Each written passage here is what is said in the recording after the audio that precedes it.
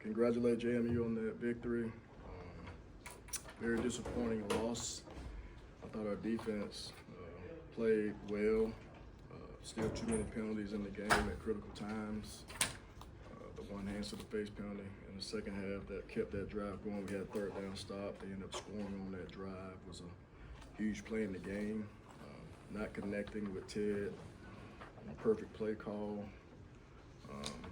Overthrowing him, not giving the receiver a chance was really bad from a execution standpoint with the throw.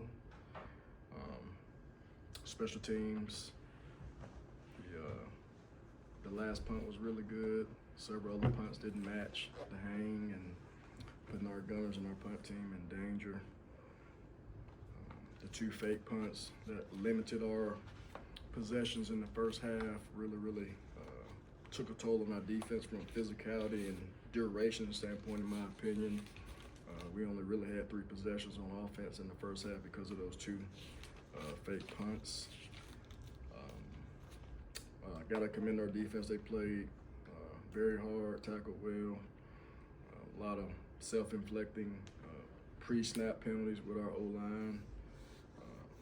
And we got to do better offensively. That's not the type of offense that can sustain when your defense plays that well. We got to do a better job of putting a better plan together, getting the right guys the touches. Up front, obviously we couldn't run the ball, so they really controlled the line of scrimmage and negated the run game, which I felt like whoever ran the ball the best was going to win this game, and JMU did run the ball better than we did statistically. Proud of our guys, but we're not in the sentimental losses, and I got to do better as a leader. Appreciate they got people that came to the game, our fans. We got to lick our wounds, assess our injuries, and really go back to the drawing board and come with a better game plan next week. But I do appreciate our guys' intensity. We're still getting bit in the butt with small details, and all that stems from practice. With that, I open up for questions. And with the false starts with the pre-snap stuff, I guess, I know you've mentioned before there's a focus issue, but I guess what specifically is happening? Is it play coming in late? Is it? Yes, play comes in late, subbing late. I mean, just bad coaching, just overall bad coaching. And that's on me. I'll take the blame for it. Discouraging that it's still happening after you have an open week to kind of address it? Yeah, it's not. It is very discouraging, but I mean, we got to have more urgency in those situations, and there's some things we got to just go back and discuss and see how we move forward.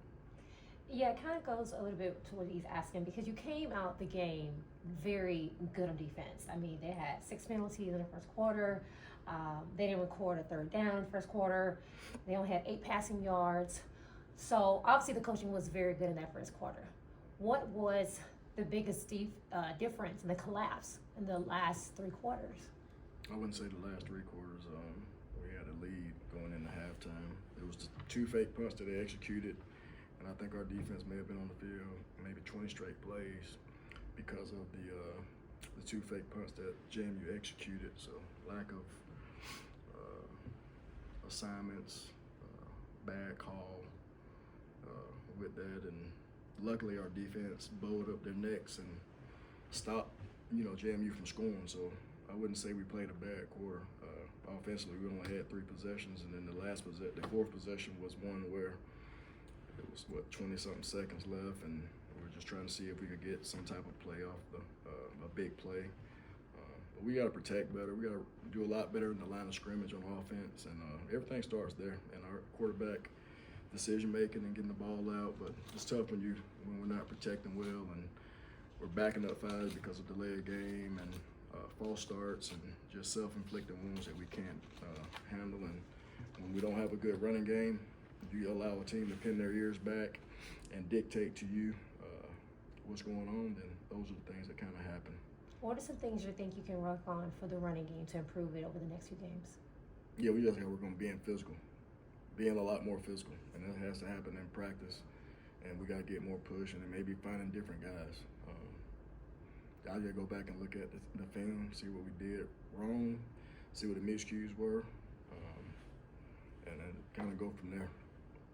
With the fake punts, and I don't know if it was the exact same play, but it was the same play or looked like a similar. No, it was the same exact one. Same I exact guess, one. how quick is the debrief usually on the sideline in that situation for this fake just got us getting ready for it because it did get you the second time before? Yeah, I would say this. You got to commend JMU for 4th and 15 and doing a fake right there. That was risky, and you got to give them credit for doing that.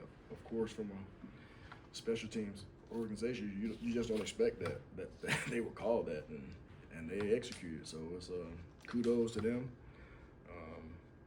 And I mean, you're really not calling a fake 4th and 15. I mean, just like I said, kudos to them.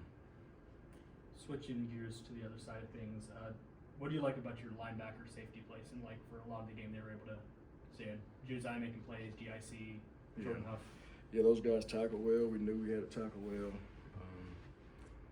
Still let some things out that shouldn't have been let out. They started running more outside zone when they started moving the ball a little bit, and defense made a good job of adjusting to that scheme. And championship football, you gotta make championship plays, and you gotta coach on the championship level, and we didn't do that tonight. On your 4th and 18, you decided to go for it versus punting. What was the decision making behind that? Time in the game, with no need to punt. It's always gonna be a go. I just wish it wasn't as long. It wouldn't have been as long if we don't jump off sides and self-inflict things. So we gotta protect longer on that. Quarterback threw the ball to the back. He couldn't go down with the ball, but throwing the ball to the back really doesn't do us any good. But the quarterback really didn't have time to throw the ball downfield. Is there ways, you're talking about playing cleaner up front, is there ways to even further simplify what you're doing from a blocking schematics perspective? I just think it's going to go back to physicality and points. I got to go and watch the tape, see who got their butt kicked, see if it was the play call, see if it was what we're calling. We all have a onus on that. I'll take first responsibility, and that's my fault for the plan and us losing this football game. I guess what's the message to the team when you come out? It's not a blowout or anything, but you're right there. What's the message to the team when you have these mistakes on the penalties and things like that, and trying to get ready for next week? Yeah, I addressed our team just now, and commended our defense for playing their butt off. The 3rd down penalty on Marlon Dean, hands to the face, we can't allow because they had a shutout going, and it was 3rd and 9, and they probably had to punt the ball in that situation as well. But you can't carry how you played in this game and think it's going to happen the next game. It's going to go back to the process of practicing well on Monday, Tuesday, Wednesday, and Thursday. Great walkthroughs from a mental standpoint, and bringing the game plan to the field on Saturday. So it's just trusting the plan, trusting the process, but we got to do better offensively to help our defense out and score points. I mean, that's the name of the game. You can't score 7 points and expect to win. And we had an opportunity. We also had an opportunity with Ted on the screen play. Just one missed block on that play. That ball had a chance to go to the house. Even, the missed field goal and a penalty bit us in the butt when Ted broke the hitch in the first drive. We didn't get any points out of that. So we gotta execute better. If I can ask something a little more granular, seemed like out of the bye week, switched something up defensively. You had Deuce Walker looking like he was playing outside. You had Deuce Fillmore playing some nickel. Was that something? Was it personnel based, or was it just something you saw that you wanted to put those guys in different spots? Or? Yeah, like I said, we're trying to find our best players, and we're kind of identifying that, and that kind of went into that process of making sure we got the right guys on the field, and Deuce Fillmore progressing at that spot. He's a good run stopper. He's a good cover guy as well, so he adds value to that spot. Where we had Chandler Jordan starting, no knock on Chandler Jordan being a freshman. He played a lot of snaps, but and Chandler's continue to get better as well. So, like I said, we're creating the identity I think that we want to be, because I want to be a good defensive football team. Because if you can go in any game with a good defense, you got a chance to win every single game. And I'm a defensive-minded coach, and I spent a lot of time on that side of the ball.